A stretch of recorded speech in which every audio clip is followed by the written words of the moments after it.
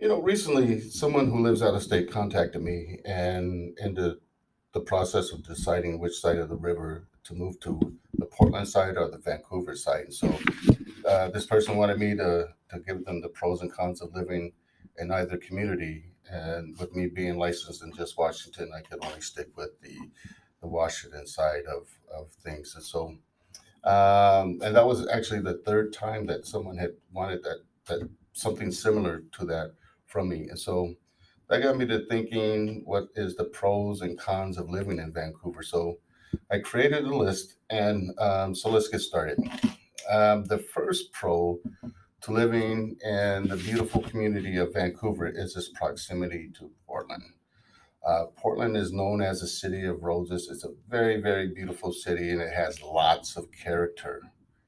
It has an international airport that is highly ranked, frequently ranked number one in the nation in terms of best mid-size airport. It has lots of great shopping in the city of Portland. A lot of great offers and opportunities for shopping, primarily at Pioneer Place and in the Pearl District. So those are great areas in which one could go shopping. The Oregon Zoo, which is located in Portland, is world renowned for its elephant exhibit, and it's just a beautiful, beautiful place to go take the family and visit. If you're looking for a bite to eat, you'd be hard pressed for a city of its size to beat Portland. Portland has a lot of great restaurants, and they're even doing a Top Chef Portland. Um, I think that's in production as we speak. So you'd be hard pressed to find a place that has better restaurants than Portland. And another thing Portland has going for it is it's one of the leading research locations in terms of medical in the medical field. Oregon Health Science University, the Legacy Healthcare System, Providence Healthcare System, and then they also have Dornbecker's Children's Hospital. So um, there's leading studies throughout the Portland area. So you'd be in well hands and good hands, I should say, if you lived in Portland. So that's the pro of living in Vancouver. Its proximity to Portland. Now, the first con that I listed is its proximity to Portland. Portland, as you may have heard, has experienced several months of unrest. They We lead the national news. Well, when I say we, I mean the folks in Portland have led the national news for months in terms of the unrest that goes on and the various, you know, disruption of life, the attacking of federal buildings, the graffiti. There's just all kinds of problems that Portland is experiencing right now. And this is not a political thing. And so we're just going to leave it at that, and just say that, Portland has its issues. Um, and Portland has also recently experienced an explosion, if you will, of crimes against property that's associated with the unrest, uh, crimes against people. Um, you know, some of it's associated with the unrest, but not all of it. There's also been an increase in drug use and homelessness. Um, to just name some of the issues that Portland has going on against it. And this has led a large number of law enforcement officers to leave the police force in large numbers. Um, Again, this is not a political statement, so we're just going to leave it at that. Just know that there's been a large number of law enforcement officers that have left the force because of one reason or another. And with all those things combined, some feel as though all that has had a negative impact on the overall livability of this once beautiful, thriving city. So the first pro is its proximity to Portland. The first con is its proximity to Portland. The second con is the weather. I'm sorry, the second pro is the weather. Um, And during the late spring, the throughout the summer and early fall seasons, you can't ask for better weather. It's ideal for anyone that loves mild weather. The summer temperatures very rarely makes it into the triple digits. It's usually not too hot. I believe the average temperature is 85, 86 in the height of the summer. There's very little humidity that we have to deal with, and if we do have humidity in Vancouver, very rarely does it last for long. It's not like some parts of the country where they have humidity and it's stifling and it's just thick. We don't have that issue. The humidity here is very mild, and during the winter, at its coldest point, very rarely does Vancouver get into the low 20s. We may have a couple day stretch in which we get into the high 20s, but very rarely do we have weather that lasts that gets below freezing and stays there. So to me, that is a benefit of living in Vancouver, or an advantage of living in Vancouver. Now, on the flip side, the second con of living in Vancouver is, in fact, the weather. For some, it's often said that Vancouver is too wet of a community for people to live. It's too wet, too gray, too cloudy, too, fill in the blank. The average amount of rain for Vancouver is only 42 inches. And I say only um, because that's less than what they receive in New York City on average, less than they receive in New Orleans, Louisiana, and Miami, Florida even gets more rain than 42 inches.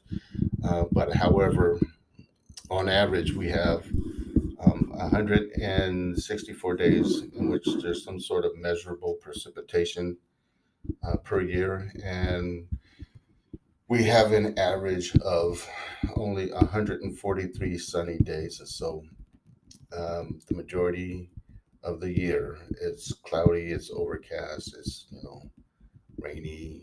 So that is a negative for some people. But I often joke that it's easy to tell if someone is native to this area by the size of the umbrella that they use, because people that are from here, they tend not to let the rain bother them. So it's not that big of an issue. And but the high number of days of cloudy conditions and or precipitation can and has lead to seasonal depression. I don't remember the exact medical terminology, but it does have an impact on people's moods and attitudes over a course of time.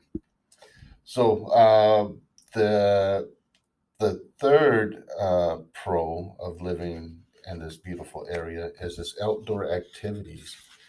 Vancouver is central to a high variety of outdoor activities, with fishing of any kind being at the top of nearly everyone's list. Um, you can fish for salmon, bass, trout, sunfish. There's just a whole variety of fish that can be had in this area.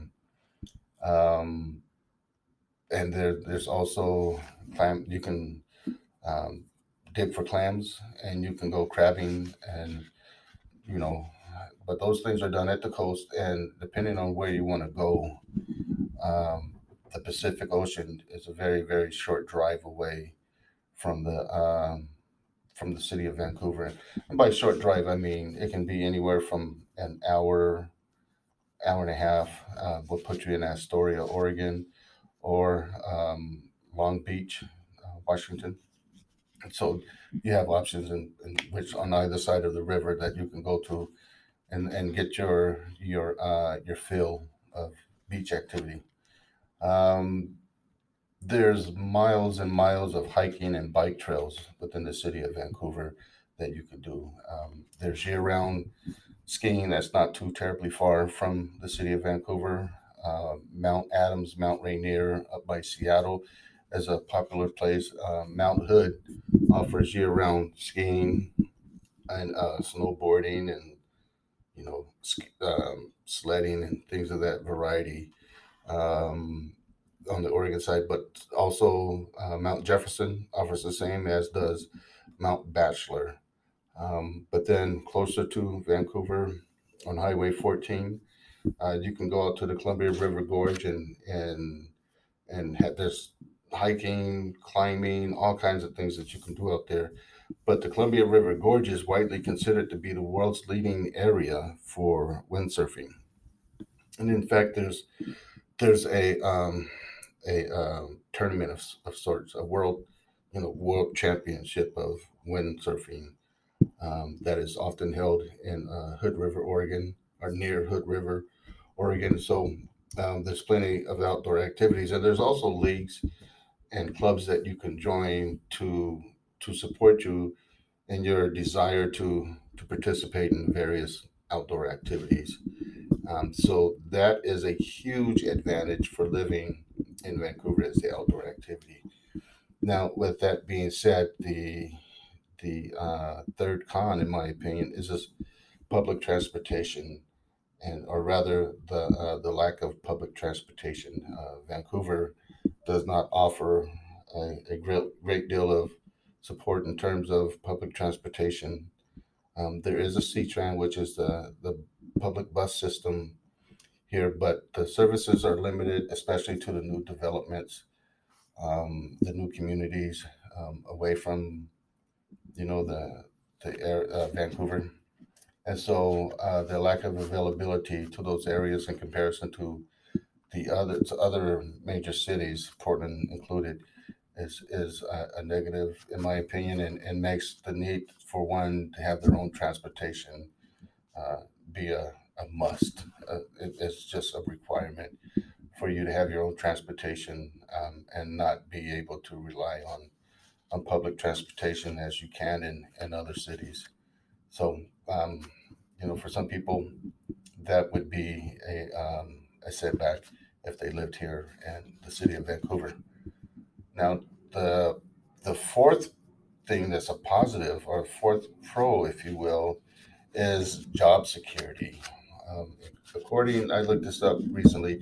According to the U.S. Census Bureau, the Vancouver population has grown by over 17,000 from 2010 to 2019. And with this increase of population, it's really had an impact on two employment fields in particular, and that's the healthcare system and education system. Because families are moving in from out of the area, they're bringing their kids with them, and so that's a requirement that has to be met. And with more people, there's just more medical attention that's needed. And so um, the two of the largest employers or employment fields in this area are healthcare and education. So this provides an almost certainty that as the population grows, there will always be a need for those two career fields, the healthcare system and education system. So there's no chance of those jobs being outsourced to another community, be it local, national, or international. So those jobs are pretty secure.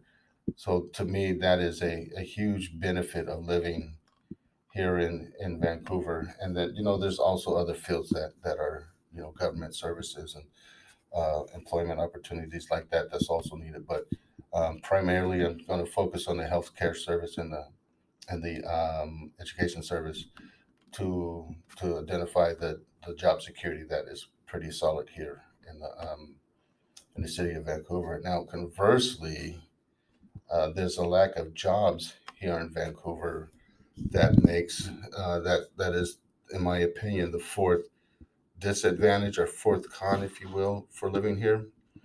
Intel, the chip manufacturer, they're the largest employer in the Portland area, and they employ greater than 21,000 people.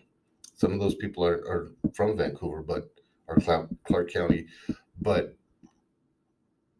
Intel by itself employs more people just at that one facility than the top 10 employers in Vancouver combined. So there is a lack of jobs in a sense in Vancouver that doesn't exist in Portland. And so what this does is it forces many people that live here in Vancouver, or Vancouverites as I call them, to go across the river to find employment opportunities that don't exist over here in Vancouver.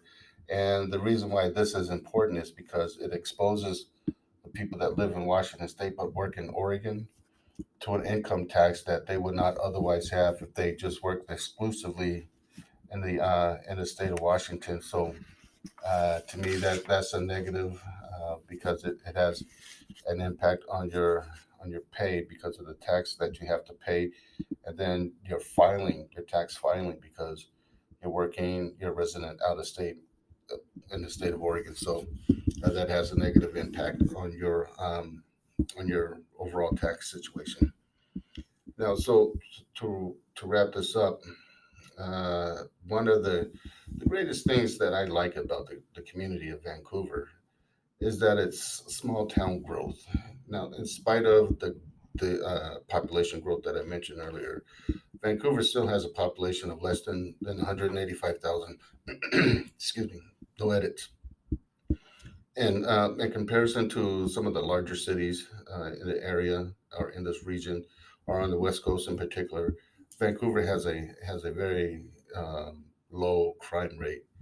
Most of the crimes that's committed are not committed against people per se, as in, like assaults and other activity, but it's mostly property crimes such as theft, burglary, and things like that. Now, I'm in full agreement with you that those those acts of lawlessness are still traumatic and traumatizing and everything, but things can be replaced. Um, I just think it's not as bad. I'm not going to do it justice, so I'm just going to leave it at that, and just say that the crime rate here in Vancouver is low, um, but due to the proximity of Vancouver to Portland, Vancouver has access to all the amenities that's in Portland. The the shopping and the restaurants and all those things. And so it's similar to you go to a larger city like Seattle. Let's just use Seattle because we're talking about Washington State, or Vancouver, which is in Washington State. It is no different than living in Bellingham, or not Bellingham, Bellevue, or Kirkland, or another community, Tacoma, and driving into Seattle for whatever event is taking you there, like the airport, or a restaurant, or a shopping opportunity. So Vancouver is similar to that, and so it has all the amenities Vancouver does to to its proximity to a big city without being in a big city. And Vancouver, so that gives Vancouver the chance to have all the services that larger municipalities have without the need to be in that area. And another thing that a lot of people take advantage of is Oregon does not have a sales tax. So if there's a big ticket item that someone that lives in Vancouver wants to purchase, like this TV that's over my shoulder, like say if that was a big ticket item and it was $1,500, well, the tax rate in Washington State is 8.4, and so you would be able to save 8.4% by going over to Portland to make that purchase. And I'm not advocating that. I do my shopping here locally in Vancouver because I just believe in supporting the community in which I live, and the city that provides the services that I use. But I have known people that go over to Portland and make those purchases. And I'm not going to sit here and judge anyone for doing that because truth be told, I did it at one point in time. But right now I just prefer to support the community that I receive my services from. So that's why I shop local.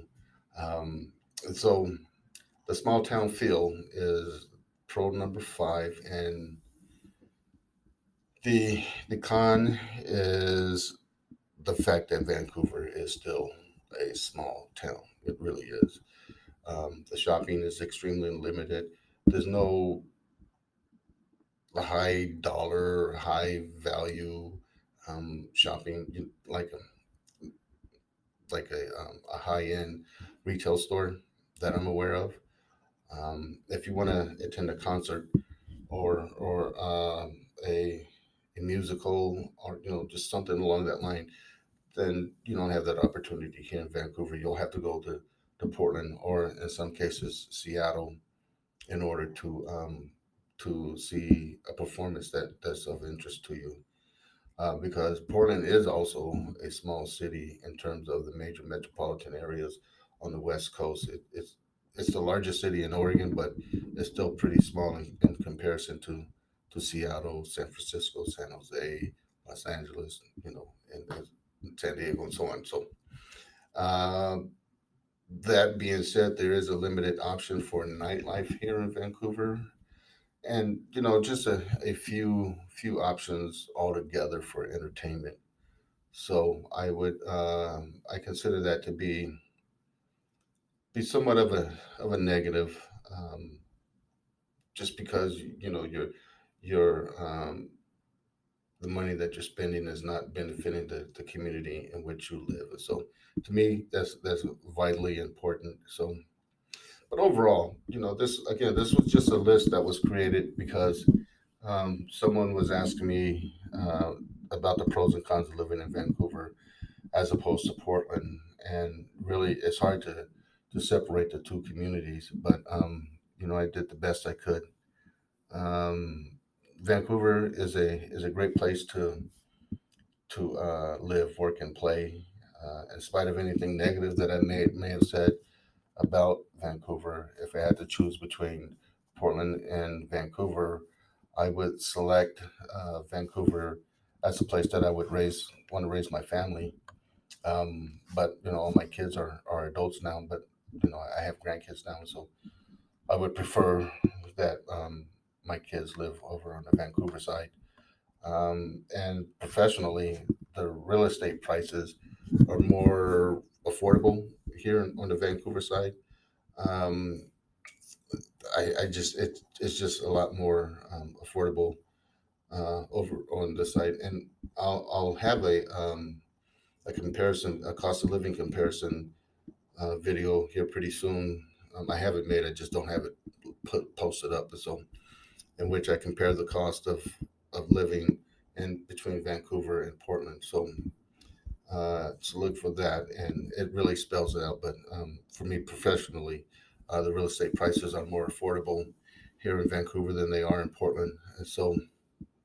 And speaking of real estate, as you drive around the various communities in either city, the streets are wider here in Vancouver on the Vancouver side of the river than they are on the Portland side. And I say that because my wife and I recently had to go to the Selwood area of Portland, and the streets were so narrow. It was like I have a pickup truck, and almost had to fold my mirrors in so I wouldn't hit the vehicle as I'm driving down the center of the road. And so that's something that you got to take into consideration because you may be careful in driving, but not everyone is if you have to park on the street. So if you have to park on the street in the city of Vancouver, there's less likelihood of someone, accidentally hitting your mirror or knocking your mirror off because the streets are wider versus what they have in Portland. And so, yeah, but if you're just in an overall into an overall quieter lifestyle, quieter life, and looking for a slower pace, in my opinion, you can't beat Vancouver when it comes to comparison between living in Vancouver and Portland. So I hope that was insightful for you. So if you have any questions, I'll put my contact information in the description, and I look forward to helping you find your place on this side of the river because Vancouver really, really is a beautiful community in which to live. So thank you. This has been Michael Harding with Keller Williams, and I look forward to speaking with you in the not too distant future. Thank you.